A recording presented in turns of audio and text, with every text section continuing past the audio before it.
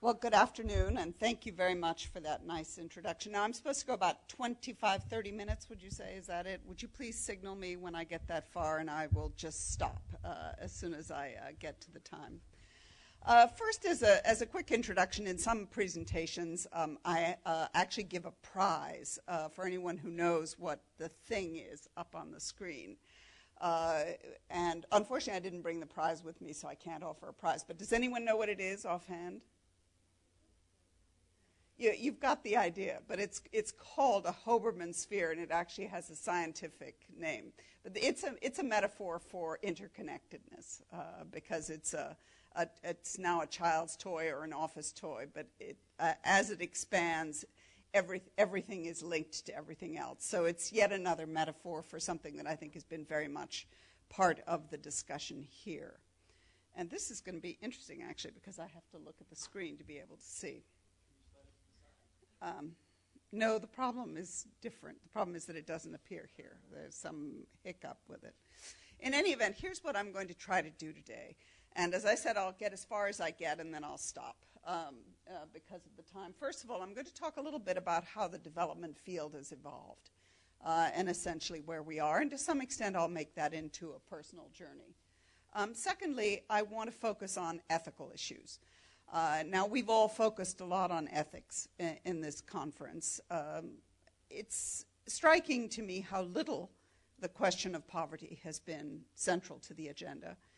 That's what I've worked on for my life and my career. To me, that is the single most important problem that faces humankind today, more than the environment. That's why I work on those issues. But in any event, I think that the challenges present a lot of varied ethical dilemmas, and I'm going to go through some of those. And finally, hope to come out with a few ideas about where we are and where we might go. Some of the takeaways that I hope that you will come away from this discussion with is, first of all, that this is the most important issue that we face, that it is a challenge that faces each one of us individually. It's more dramatic even in times of crisis, as now, in part because people so easily forget the problems of world poverty. Last week in Washington, there was the National Prayer Breakfast, and I'll come back to this, but one of the themes was the numbness that people feel in the face of children dying, maternal mortality in terms of people being hungry. How much easier it is to focus on the immediate crisis or on the immediate issue that's in front of us, and how do we change that equation? I hope to give you a little bit, this is something I do in courses at Georgetown University, but a little bit of a sense of how to navigate some of the fractious debates about development, which in a way contribute to paralysis. And third, to come away with a sense of hope, because there is some danger sometimes of people being mired in the difficulties and therefore feeling that you might as well not do anything because nothing works. I think that's not true, and it's important to have that kind of inspiration. To start with Haiti, on our side of the Atlantic at least, well, first of all, let's say 2010 has not started terribly well. 2010's been a rough start to a decade with the Haitian earthquake. For me, I must say the Massachusetts earthquake was a little disconcerting. The Supreme Court, a few other issues like that. I'd like to push the restart button.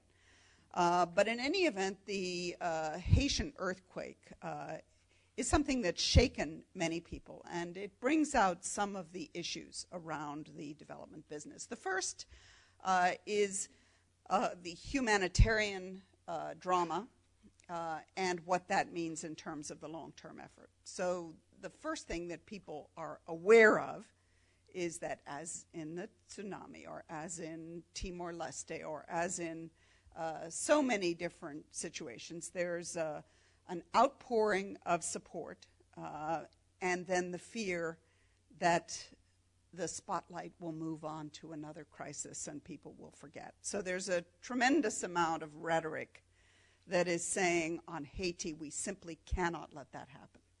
But it shows you the blurred lines between the humanitarian groups, many of which have evolved into development organizations, CARE, Catholic Relief Services. All of these started as emergency. But for people, it's not good enough just to bring people back to where they were before. What you want is to move on to a different plane, onto a different paradigm. And with Haiti, you have the additional drama that Haiti is one of the failed states of the world. It's one of the least successful development enterprises with not only decades, centuries of tragic history behind it. And so the question is, how can we do things in ways that are different? What is it that will take? Second thing that the crisis has brought out is the change in the way aid works. In the United States, more than half of the population has contributed to Haiti. Many of them instantly with cell phones, giving donations, mobilization of people. In many ways, it shows the best of humankind, the willingness to care, the willingness to act. It also shows the changes in the way that finance works in this new social networks, the modern technology age. So I think that there's a sense that things have changed in ways that won't go back. Third, which is an issue in the aid business, which I will come back to briefly, is the extraordinary complexity of the aid business. Haiti has more than 10,000 NGOs. And I think you can safely say that it hasn't worked very well. So the problem of aid coordination, aid harmonization, is brought out in vivid technicolor in the Haiti situation. And I work at the moment primarily on the area of the linkage between religion and development, the dramatic numbers of faith groups that are involved there. And yet you have to ask, is it adding up? So one of the challenges in the aid business, and it's quite interesting, and we could do another poll here, but I'll tell you what the poll results are in most cases, is that you have a substantial group, and it certainly is the official line, that we have to get a grip, that the complexity of public sector, private sector, NGOs, UN specialized agencies, bilateral aid programs, there's a Latvian aid program, there's now a Basque aid program, that from the point of view of a developing country or of a manager, minister of finance, it's totally out of control. And that what you need is to get a grip, that having multiple procurement systems, multiple audit systems, reporting systems is simply ridiculous. So that's one perspective, which is get a grip, aid harmonization, Paris Declaration, Rome Declaration, Accra Declaration, all of them saying we agree we're going to coordinate. We're going to have common procedures and a common framework, and that certainly is the line on Haiti. The other side of it, which echoes a little bit one of the dilemmas we were talking about yesterday, is the sense that decentralization is best, that communities know best, that creativity comes with competition, that the best thing is to let 1,000 flowers bloom, let things fail. And this is very much, of course, the perspective of many NGOs. So I'll just tell you what the polls often show us, that it's about, out of 100, it's usually about 80 that are on the get a grip, and 20 are on the let 1,000 flowers bloom. But certainly this is present in spades in Haiti. There obviously are tremendous questions about what sustainability means. And they come back to let's not just rebuild Haiti so that it's the way it was, as miserable and insecure and with as few trees, all of those different meanings of sustainability. Let's try this time, let's use the crisis as an opportunity to do better. The issues of governance and corruption are very much on people's minds. It's a characteristic of weak states. It's a vicious circle. The more corruption you have, the worse development, therefore the weaker the institutions. Plus, whenever you have a lot of money, almost inevitably you have the dangers of corruption. So the question of how do you corruption-proof, how do you deal with the issues of governance, again in better ways than in the past, is very much on people's minds. A theme that is a very strong theme in the development world is ownership. It's almost a mantra. And what that essentially means is that if you do not have the genuine, deep commitment of people in a society to bring about change, and if it is not done in keeping with the way they want to do it, then it's not going to work. And that's true of economic reform programs. It's true of banking regulation to a degree. It's very much true of almost any development enterprise. And yet you're seeing some pushback on that in Haiti. You're seeing pushback in two ways. The first, I don't think we've ever seen a government as decapitated as the Haiti government. No buildings, no telephones, no cars. Many people killed, basically the destruction of an infrastructure. So the idea of the Haiti government sort of taking full command of the relief operation is simply unrealistic. But you also have people saying, well, isn't this something that comes under the aegis of a responsibility to protect? Can we really just let this bumble on as in the future? Isn't there a need, isn't there a case for a true, driven international effort? So you're seeing, I think, some fraying around the edges of the mantra of ownership, which I think is quite interesting. And in many ways, it's healthy. It goes to the interconnected arguments. It goes to the dilemma that we all have, that we talk about a nation state, the Westphalian system, and yet we also talk about a globalized world where borders are porous. So how do you deal with that in a situation like the case of Haiti? I was listening to a radio program the other day and heard one of those call-in questions that makes you cringe. Somebody called in and said, why should I care about Haiti? What's it got to do with me? And the person who was answering, who I think was the Haitian ambassador, sort of was, I mean, how can you even ask me that question? But the point is that it is an implicit one. It is one. And you have the Peter Singer argument, which is quite an interesting, the ethical dilemma, that any of you here who were walking by a pond and saw a child drowning would immediately jump into the pond and save the child.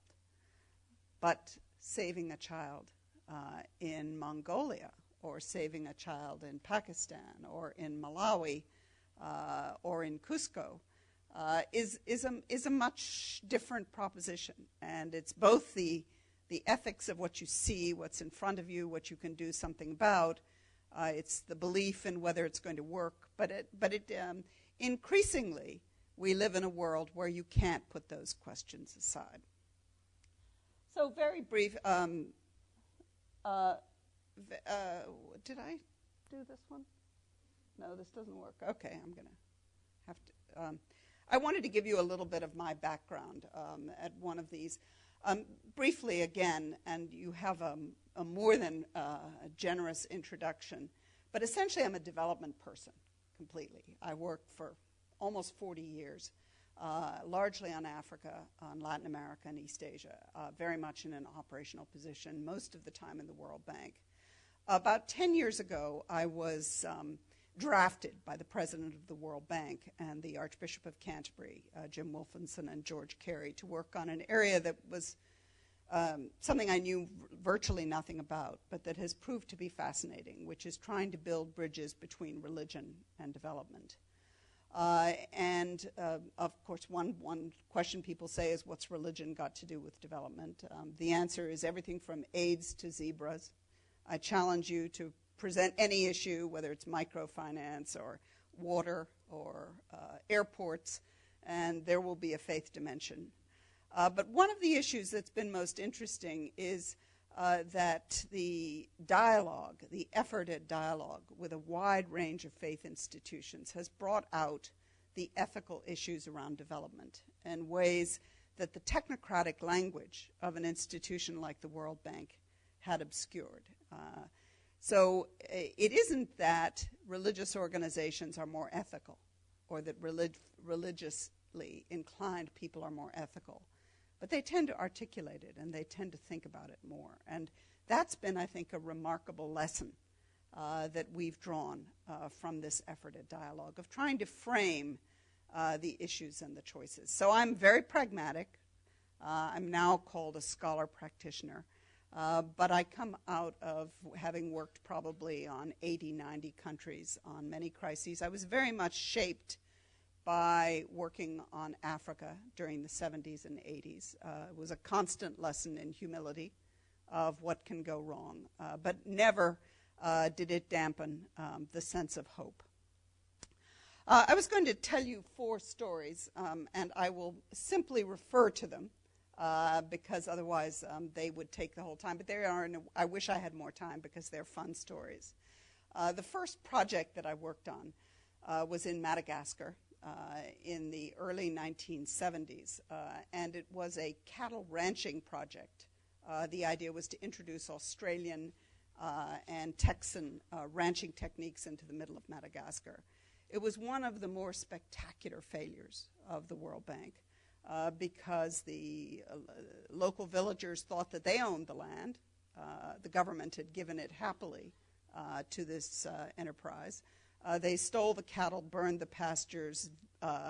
Butchers from the town came and they simply slaughtered the cattle on the spot and left the ears on the barbed wire.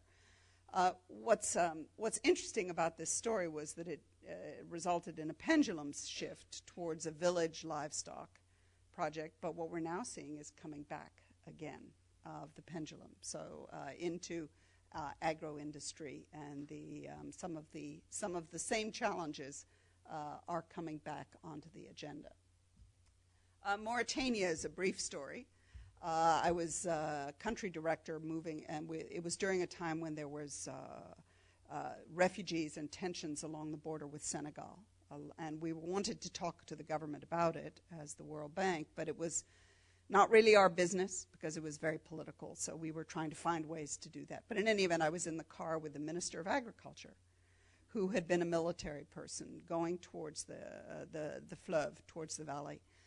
So we started talking, and I asked him about agriculture. He didn't know very much about it, but I finally hit on camels, and he knew every camel in the country by name, probably owned about 3/4 of them. So we had a long discussion. I asked about cattle, got a little bit less, sheep and goats, and much less. And we came to a village, and I said, well, I looked around, and there were 20 or 30 donkeys walking through with children on them, carrying wood, carrying moving house, water, you name it. So I said, what about donkeys? He said, on n'a pas d'âne. We don't have any donkeys. I said, well, what's that? He said, ça n'a pas d'importance. It's not important. I think that the lesson that I drew from this is how easy it is not to see what's in front of you if it doesn't fit your worldview. So his worldview, smallholder agriculture, the culture of poverty, was not his world. So he literally did not see. And even when it was pointed out, didn't see it as significant for the discussion. So I think that happens very often, this question of what we see and how we interpret. Washington, a priest and the World Bank's education specialist, we were having a meeting, and the discussion started with the priest talking about an exchange program with Al-Azhar and how important that was, theological exchange. The guy from the World Bank's eyes glazed over completely. What on earth does this have to do with me? What is Al-Azhar? Never heard of it, etc. So I changed the subject, and I said to him, well, can you tell us how you're dealing with issues of values in education? He said, oh, what we want is value-free education. And the priest almost passed out with horror. But it's, again, an illustration of very different conversations taking place, both with good sense, if you dig into it, but the very different perspectives. And finally, just on Accra, we had a meeting in Accra a year and a half ago with the World Council of Churches. And again, what was fascinating there was that the religious leaders who came to the meeting said poverty is getting worse. The World Bank and IMF people said poverty is getting dramatically better. And neither could hear the arguments that the other was making. It was a very clear case of how difficult dialogue is on these issues. Oh, I guess that's it. Okay, the development business. I'm going to go very quickly through this. Basic point, what we talk about with development has changed dramatically to the point that the meaning of the word development is very obscure. Many students hear about the third world, have no idea what the second world was, because it's so long ago that there was any kind of Second World War. But basically, as a very simplistic progression, the notion that countries would develop, that there would be essentially a move towards equality among different countries, really is something that came after World War II. And until before then, there was a notion of progress. There were implicit theories, but development studies, the whole profession, the institutions, the NGOs, all of them are a post-World War II phenomenon to a large extent. Went through a number of different phases. In the beginning, the sense of the importance of infrastructure, ports, railroads, airports, roads, high technology, the ranching project, but a steady increase in the scope of what people meant by development. Education was not part of the agenda. It's now probably the single most important aspect of thinking about development. Health was not part of it, is now. The focus on poverty, on the lowest 40% initially, on people living below $1 a day. Tremendous change in the way people have been thinking about development. Some of the current trends, you've moved from experts to consultation, will at least ask your opinion, to participation, that will have a committee where people will actually help to make a decision, to empowerment, which is the mantra today, with the sense that people should have the right to live their own lives, with all the caveats that I put in place around Haiti. Gender was not an issue 25, 30 years ago when people talked about gender. There would be loud giggles and nobody would come to the room except the tiny number of women who were working there. No self-respecting development institution today does not have a policy on gender. And it is an article of faith that changing relations between men and women is one of the single most important areas of change that can bring about progress in society. So what you have is a tremendous change. You also have a change that's taken place between a project approach to a program approach and a sector approach. You have an awareness, which I came to through the route of struggling with projects in Zaire, that no amount of work at the community level can succeed in a failed policy environment. So that's where structural adjustment and conditionality, policy conditionality came from, was this awareness that if you don't have the two working together, the pressure from above and the pressure from below, you'll get nowhere. So the contemporary picture is a development field that's very complex and very dynamic, very complex and changing institutional arrangements and ideas. It's completely multidisciplinary. It's not about economics. It's also about sociology. In the beginning, when I first was there, any political scientists in the World Bank masqueraded as other disciplines. Now there are all disciplines are represented. You have dramatic shifts in the money side, which is a story in itself, but the main piece of that is a huge increase in private flows, which dwarf ODA, official development assistance. You have a much sharper focus on results and on monitoring, with tools coming from the private sector. You have a tremendous emphasis on governance.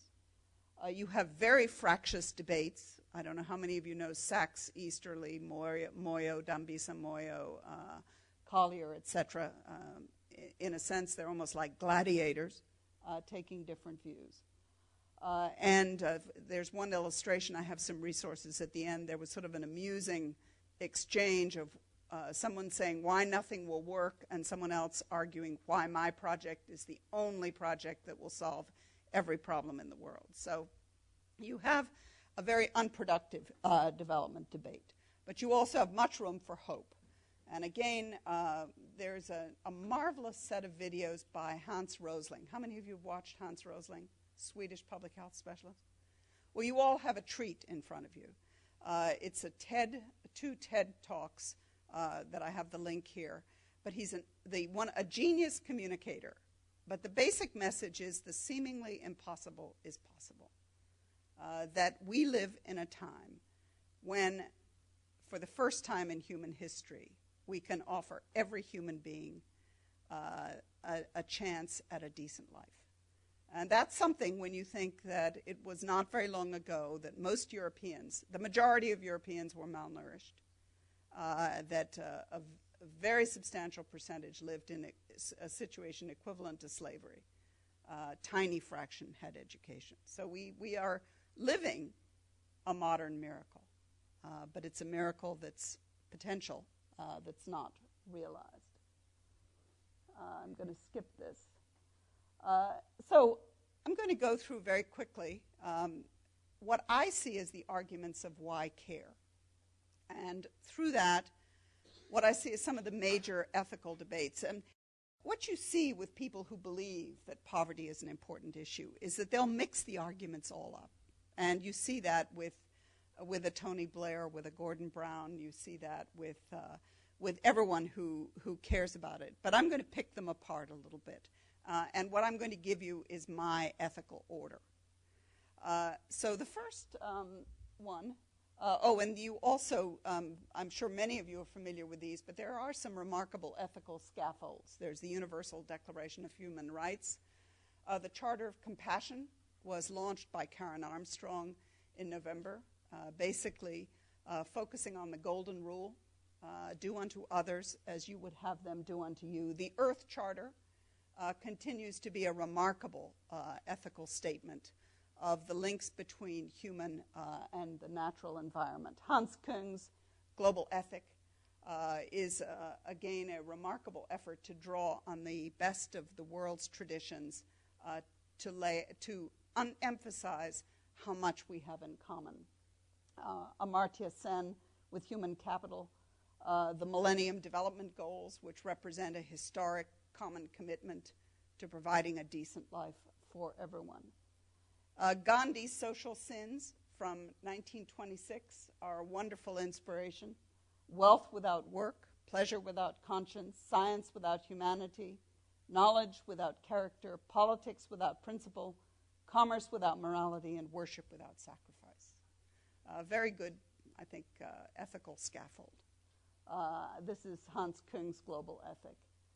But the 5 core arguments, the first one, and to me the most powerful, and one that you see organizations like CARE, like UNICEF, trying to implement, it's fundamental to the Millennium Development Goals. But it's a difficult concept. But it is that development is not voluntarily helping other people. It is a fundamental question of right. It is a question, why should where you are born determine the opportunities that you have in life? It's very striking that one of the common metaphors that people use, tomorrow's Super Bowl Sunday, so this is, or today is, yes, is the level playing field, which is an interesting analogy, I think, because it implies that there's competition and that somebody wins and someone loses. But at least you have a fair start. Then that, I think, is at least the basis of the notion that development is a matter of right. Hillary Clinton gave an important speech in December at Georgetown University emphasizing the links between human rights and development, which created a lot of controversy, but it still is an important principle. So this, I think, is the theory. When you look at an organization like CARE or like Catholic Relief Services, and you ask them, how is it different when you have a rights-based approach? It's interesting. The main difference is a question of attitude. It's a question that you truly believe that the person you're working with is your partner, that they are equal, that they have a humanity, which is a common humanity. These are a couple of cartoons. I don't know how well you can see it, but Noah's Ark is at the top, and it's weighed down by two very large, fat people, and the question is, who let the Americans on board? The other one is a crude image of how many people see the world, the division between the rich and the poor. And this one is an image of the cultural invasion, which is one of the complexities behind the rights-based. You see Mickey Mouse, McDonald's, dollars, etc. But these are the images that we're working with as we grapple with this question of what does a rights-based approach truly mean in the way we think and the way we behave. So that, to me, is the fundamental core of why we should care about the billions of people, the hundreds of millions of children who go to bed hungry and who don't go to school, people who don't have jobs. The second level is the ancient caring and compassion. And it's interesting, I think we'd like to think that charity is not what this is about anymore, that Haiti is not about charity, it's about justice. But it's also important not to forget the humanity and the compassion and the caring, which is a part, again, of our humanity. But there are the dangers that I think we're all aware of in treating development as a matter of our volition, that it's our choice to give as much as we'd like. I think we need to balance the caring and compassion with the question of rights. This is a picture, you don't see this anymore, actually. This is considered immoral now, to have the pictures of starving children. But to remember that there are 20 or 30,000 children who died today, that at least gets people thinking about what this is about. The third area in thinking about development that's fairly new and very dynamic is the bottom of the pyramid arguments. And at the crudest, it is the reason to help development is because they're markets. You can sell. You can make lots of money. There is also this sense that the social entrepreneur, many of you, I'm sure, are social entrepreneurs, the energy that can come with unleashing the potential, using the market, using both. It's interesting, the Millennium Development Goals try to use some of the tools of the private sector, measurement, accountability, deadlines, the idea of trying to use the strengths of the private sector to unlock some of the ancient traps of poverty. I heard Robert McNamara once giving a talk and was impressed because I thought this was pretty opportunistic. But what he said to an audience of Americans was basically, either you help the Mexicans in Mexico or you'll help them in the United States. And it is underlining something that's been discussed here, which is the importance of migration and capital, human capital movements in today's world, the degree to which we no longer live in a world with walls, that national borders are very porous, and that we need to think of the human capital as a major element. And the final argument, which I think was told for me most dramatically in a Nadine Gordimer story, which is called Fairy Tale. It's about a very well-meaning family in southern Africa, I think it's either Zimbabwe or South Africa, that gradually surrounds their house with a wall, with protection, with security services. As the walls get higher and higher with wire fence on it, finally their child is caught in the revolving knives at the top of the wall. But it is the basic argument that if we don't do something about this, we'll die. It's the complex link between poverty and terrorism. We know terrorists are not poor. We know poor people are not terrorists. But there's no question that there's a degree of anger, a sense of injustice and unfairness that is linked to the poorest countries and to the failing states of the world. And so we have, as a final resort, an interest in doing something about it. So areas for action. I think we need to appreciate the complexity of the challenge we face, but not be paralyzed by it. We need to respect different roles. The economists have a role, so do the sociologists, the entrepreneurs, the advocates. You cannot be everything at the same time. Each one of you will play different roles in your lives, as I do, and we need to work together to solve these problems. I feel very strongly that we need to deal with the difficult issues, including ones like abortion, including the tension between growth and solidarity, between equity and entrepreneurial dynamism. And we need to act and find ways to act as individuals and communities. So it's also worth remembering that fighting poverty is morally very simple. The picture of the child, the story of Haiti, there's no question that that's the right thing to do. Fixing it is difficult. When it comes to the next stage of challenges, which is building a world with equity, that's morally difficult and practically even more difficult. So when you have a difficult problem, you need to start now, and we need to work together. And so the areas for dialogue, I won't even go through these. We can come back to them if we have time for questions. And these are some of the references, including the TED video. So I think I'll stop there. I think you didn't stop me fast enough. But in any event, I hope that this is thought-provoking, but also gives you hope and sets you all in motion in trying to solve the problems of poverty and development.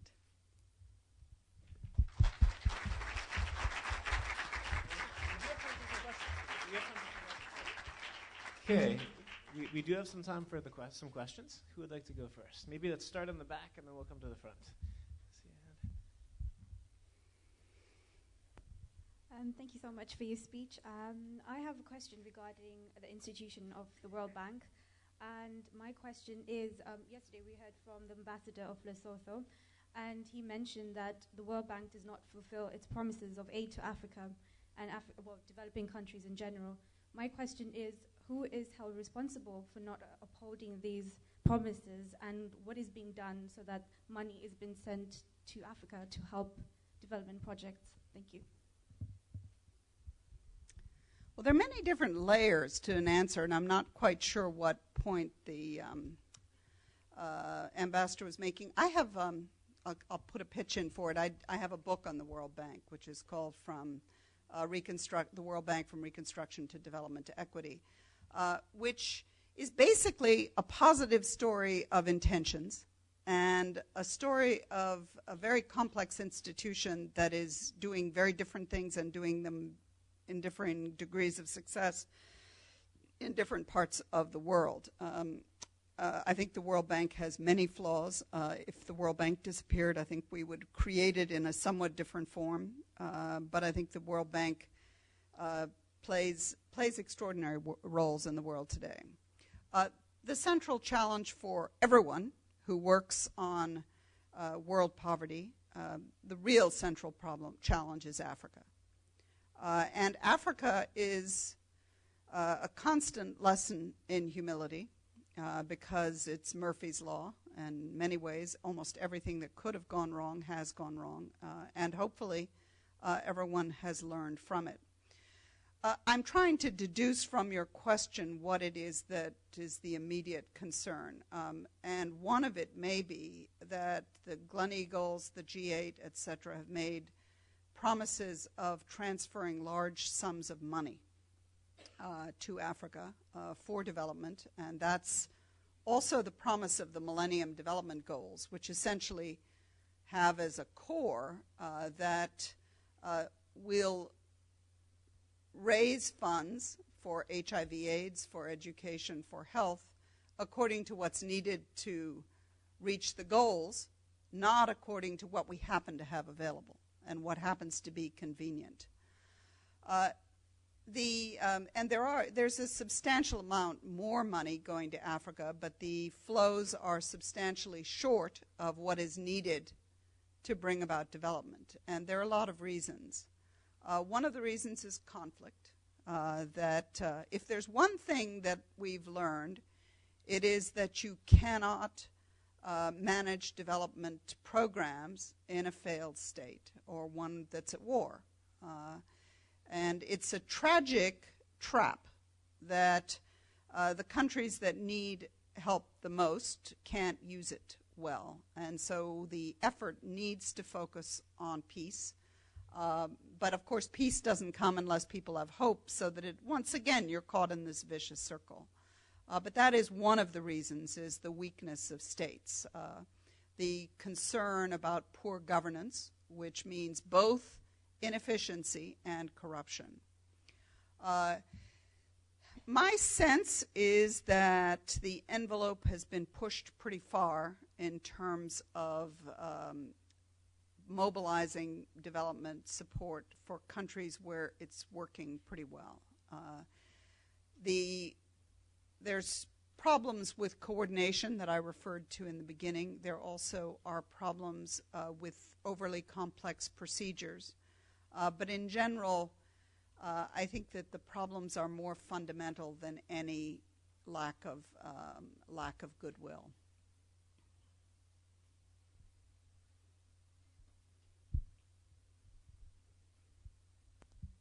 Thank you very much. There is a saying among economists, and it goes, it may work in practice, but how does it fit into the theory?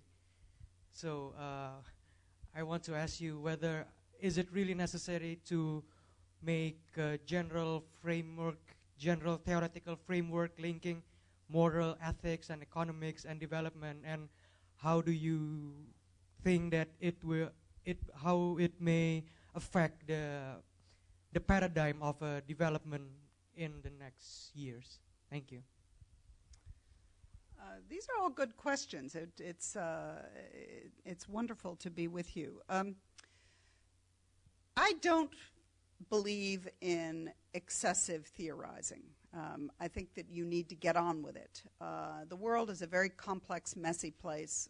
What's appropriate in Mali may not be appropriate in Laos. You need different solutions for different places. You need to learn from experience. In many parts of the development challenge, you need to be adjusting your programs on a monthly basis, if not on a yearly basis. In other words, you have to learn as you go along. That doesn't mean that ethical thinking is not important. And one of the difficulties that I saw, and I spent some time in UNHCR on a sabbatical year with the refugee organization, and one thing that really struck me there was that working with the world's refugees, you can't get away from questions of right and wrong. And I realized how much in an institution like the World Bank, in a sincere effort to be fair, things are put in starkly technocratic terms. And so, for example, if you're worried about a dam construction project, you may put it in purely technical terms, and it's easy then to set aside or not to see some of the issues of the human beings and the upset to their lives, because it may not be measured. So I think that there's a real benefit in opening up the discussion of ethical choices, even when your basic framework is an effort to be objective and fair and efficient and to do the right thing.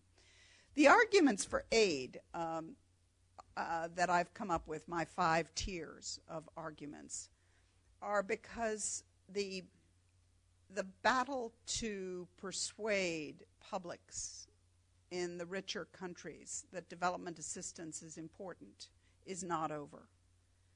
That's the Haiti lesson, that people are afraid that within a few weeks, the fact that over 200,000 people died in an earthquake and that they're still suffering and have no houses will be forgotten, because there'll be another crisis. There'll be a snowstorm. There'll be, and that people can so easily forget the trauma of HIV/AIDS, or the infant mortality from malaria, or the fact that millions of people don't have jobs. So we need to be making the case all the time. And so this reflects, the presentation I gave today reflects the fact that I'm in many, many different audiences with people who have very different interests and very different questions. And in a sense, this is my effort both to link them. It's not one or the other that's a reason. They're all important. But to try to think about some of the linkages among the issues and the contradictions. The contradictions, for example, between the pure charity, when you're trying to persuade people that a child with a hair lip deserves some support, or some of the other moving pictures that you see, some of the child sponsorship programs, which appeal to the best part of people who really do want to help a child when they see a child in need, and then one hopes that you'll take those people towards a place where this concept of rights, that it's not just because I feel good that I'm going to help a child to go to school, but because it's better for the world, and it's also the right thing to do.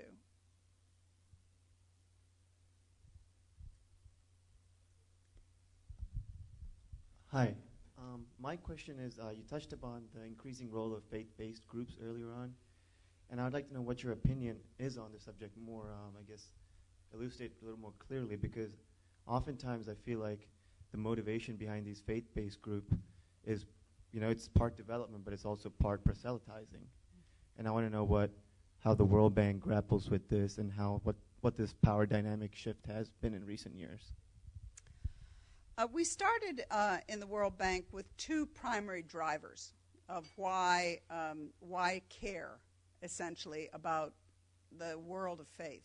The first one was that in the anti-globalization and in critiques of debt, critiques of structural adjustment, faith voices were very strong. And essentially the idea was, here are two communities whose primary ethical motivation is caring about poverty that are fighting each other. This doesn't make sense. So the idea was, can't we reason together? Can't we find some way to bridge these gulfs? The second one is actually a very interesting piece of history that goes way beyond the development world to the whole international relations world, is that through a variety of historical developments, religion was completely left out of international affairs and international relations. You can look at 1,500 articles about international relations, and 4 deal with religion. You look at the 2,000-page history of the World Bank. In its first 50 years, there's one mention of religion, which is the Catholic Bishops' Conference in 1962. So you have a complete blind spot, which comes back to my Mauritanian Minister of Agriculture who didn't see the donkeys. I mean, you go to Kenya and you see churches everywhere. You go to Morocco, there are mosques, they're important, people care. There are 1,000 reasons why it's important. It was completely off the radar screen. Partly it's laïcité, it's the secular bias. And there's a big pendulum shift going on now. So you have Madeleine Albright's book, The Mighty and the Almighty, which says essentially, if I had thought about religion, I would have done a much better job. Bill Clinton said the same thing. Tony Blair. Just a whole set of, and so it's filling in a missing piece. Now, you get into some complicated arguments because when you talk to people, first of all, the idea that there's a world of faith, that there are people of faith and people not of faith is ludicrous. I mean, the world is not divided into believers and non-believers. It's a much more complicated picture. Everybody has faith in something. All sorts of people have. So I really think that sort of the only reason to talk about the world of religion is because it's been systematically ignored, and we need to have much better information about it. But it's terribly complicated. I mean, between the Quakers, evangelicals, engaged Buddhists, Hindus, Brahma Kumaris, you name it, there's just an extraordinary world of people out there who are interested in the human condition and in human development, and we need to learn from it and to know much more. What's complicated is that you do have the arguments coming from some people that, first of all, there's a huge part of the world's social services provided by religious organizations. 40, 50%. Ban Ki-moon said that in November at Windsor Castle. 50% of education. We have no idea if that's true, but it's almost certainly an exaggeration. But it's big. And whether it's 40% or 15%, maybe is not that important, but it's big. The second is that people make the case that it's better, that in a faith hospital you'll get better care. Not necessarily true, but we have no idea because it hasn't been evaluated. And then the third is that religious organizations reach the poor more effectively. And again, it's something we don't know enough about, but we know some do.